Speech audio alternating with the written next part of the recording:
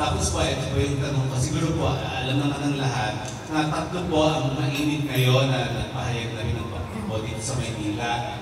Si incumbent Mayor Hani Lacuna, si Isko Moreno at si Sam Versosa. Si Raymond at si Raymond Bagassi. Yung artista po, Raymond Bagassi.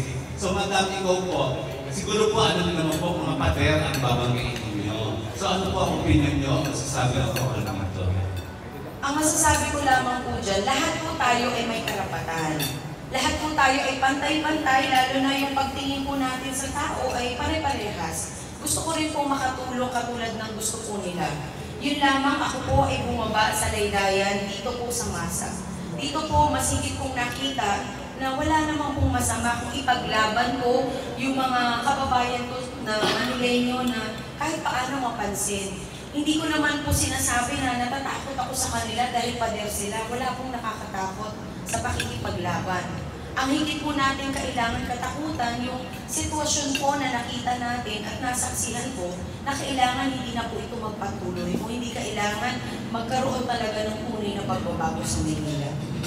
Ayun, tapos isa na lang po, a little background. Tapos po yung apat, medyo alam namin ng background. Kayo po, businesswoman po ba kayo? May lahi po ba kayo ng politiko? Ano po yung pwede yung Sa totoo lamang, wala po kaming lahing politiko sa part po namin, sa generation po ng mama at papa ko at sa akin. Pero may mga relatives po kami sa mga ninuno na nasa politics. Pero ako po, sa aming pamilya, sa Median family, wala pong politiko. Ako lamang po ang naghangad na makapasok dito. At ito po ay hindi ko pinangarap. Kung hindi talagang Panginoong Diyos po ang nagbigay sa akin ng pagkakataon makapasok dito. Ngayon, ang aking background po, ako ay lumaki pinanganak sa San Andres, Bukid, Maynila. Naranasan ko pong maglaro sa lansangan na nakapaalamang. Naranasan ko po na araw-araw nakikita ko po yung sitwasyon ng San Andres dahil nung araw po yan ay kampungan pa, may mga tulay pa po dyan. At ang kadalasan pong negosyo dyan, yung mga bakal, yung mga bote, dyaryo. So, kaya ako po, sanay po ako sa ganyang lugar.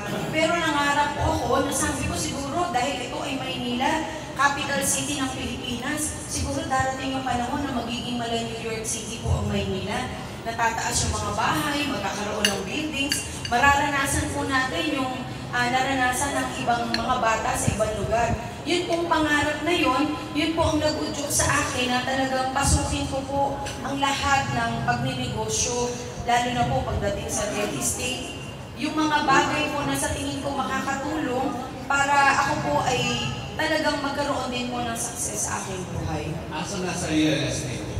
Yun po yung aking pinasok po, yes. Tapos ano lang po, educational background? Siyempre po, college graduate. Ako po ay graduate ng St. Mary's Academy at ng Concordia College, na kung saan ang mga guro ko po dito kadalasan ay mga madre po. Anong course po? Management po. Ayun. Thank you po and good luck and congratulations. Yes, thank you po. Thank you so much. And si Peter. Ako muna, ganda pa. Naalo ka sente. Ito ang tanong ko, kasi I'm Peter Ledesma. Hello po.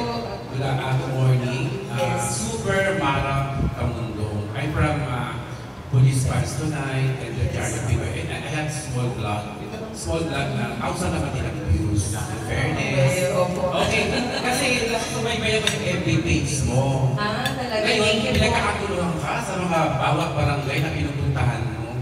Pinupuntahan nyo ng team mo, no? Hindi ka pa nga nakakaupo sa pwesto. Ito na yung tulong na binibigay mo.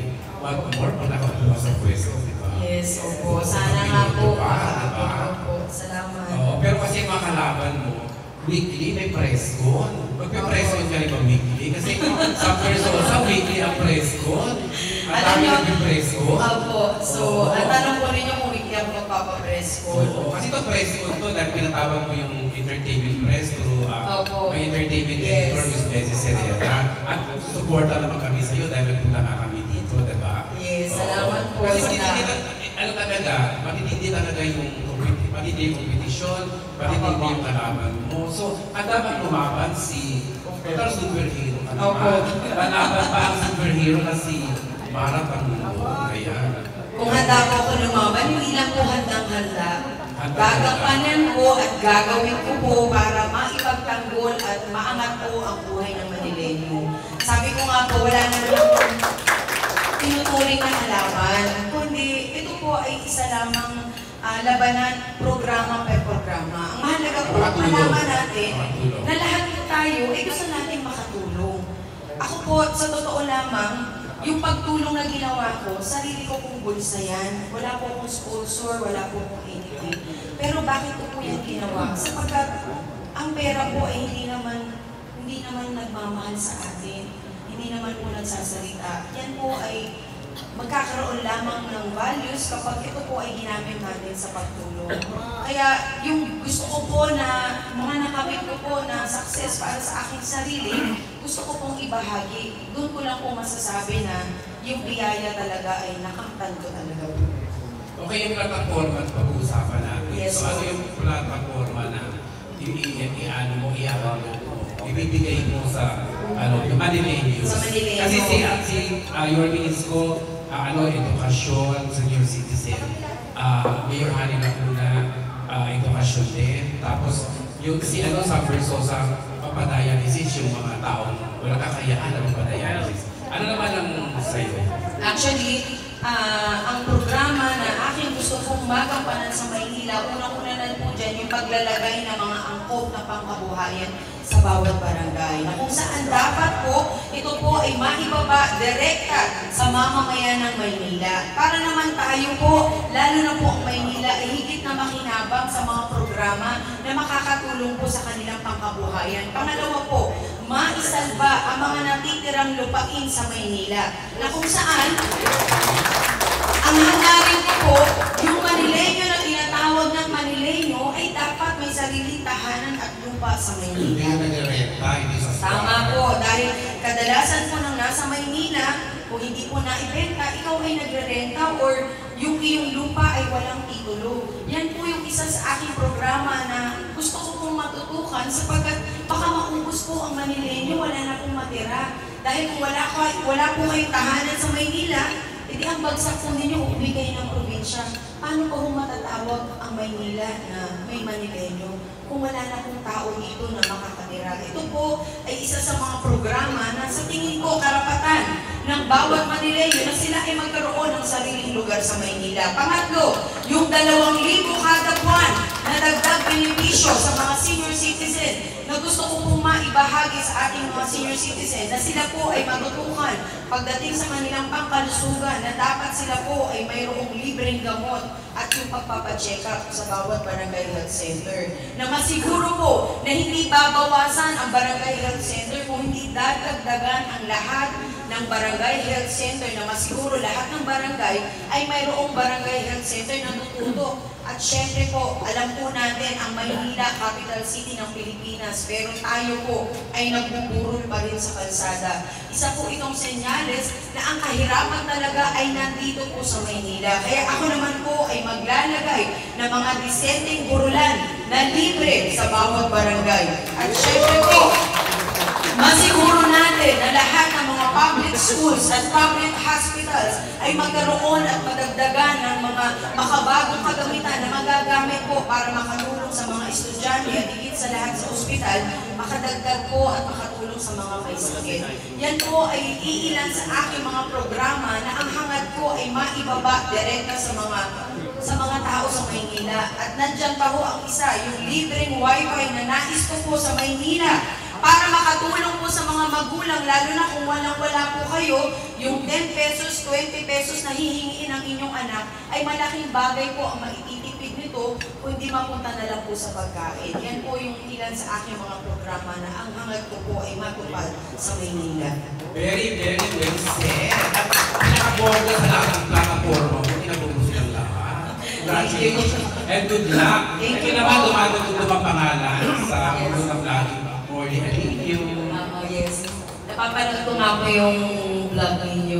Maraming salamat po at magandang umaga sa lahat. Yes, magandang umaga po. Opo. Sabi nga nila, may kasabihan, ang pag-aalaga ng halaman nagsisimula sa seed o buli.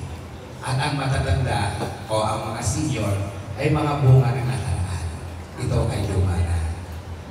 Kung binibigyan nyo ng pagkakataon at panahon ang mga senior citizen na sabi nga ay hilagang magnanakaw, pipigil na. Sorry po sa mga kabataan, edad bagong panganak hanggang sa 11 years old o 12 years old, tila wala akong naririnig na proyekto na sinasabi ng mga kandidatura. Ano ang plano mo para sa mga kabataan na ang edad ay 0 hanggang 12? Sa totoo lamang po, yung edad po na yan, ang pinakamahalaga, lalo na po sa kabataan. Kasi yan yung pundasyon na maibibigay po natin. Gusto ko po na matutukan ang mga kabataan na magkaroon talaga ng edukasyon at tamang values na maituturo. Mag-uumpisa po yan sa mga daycare center hanggang sa mga public schools po na yung mga magulang at mga kabataan na hindi makapag-aral ay pag-aralin po talaga natin at bigyan po ng financial assistance para naman po yung mga kabataan na naghahanap buhay pa habang nag-aaral ay matutukan na po ang kanilang pag-aaral para sa kanilang kinabukasan. Yan po yung advocacy ko sapagkat ako po ay lumaki sa aking mga magulang. Iba po ang paraan kapag may nag-guide sa inyo. So sa ganyang edad po, hanggang 12 years old, mahalaga po yan na magabayan talaga po natin. Kaya importante po na matutukan ng programa yung mga eskwelahan po, lalo na po dun sa mga bata na lumalaki pa lamang. Next question. Sa bawat isa,